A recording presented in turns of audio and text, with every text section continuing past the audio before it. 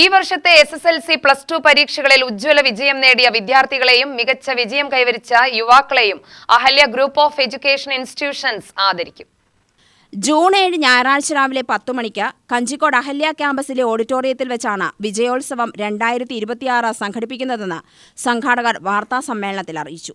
SSLC +2 പരീക്ഷകളിൽ 90% അതിലധികവും mark നേടിയ വിദ്യാർത്ഥികളെയും 100% വിജയം നേടിയ ട്യൂഷൻ കേന്ദ്രങ്ങളെയും ചടങ്ങിൽ ആദരിക്കും. പരിപാടിയുടെ ഉദ്ഘാടനം മന്ത്രി KA തുളസി നിർവഹിക്കും.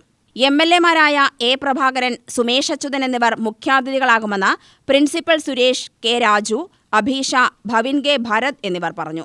SSLC +2 പരീക്ഷകളിൽ മികച്ച വിജയം നേടിയ കുട്ടികളെ അഹല്യ ആദരിക്കാറുണ്ട്. 90% മാർക്കിന് അധികമുള്ള കുട്ടികളെ ആദരിക്കാറുണ്ട്.